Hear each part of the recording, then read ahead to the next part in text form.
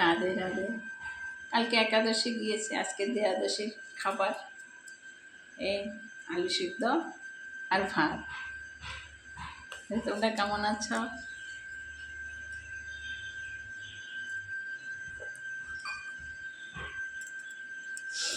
Radhe Radhe.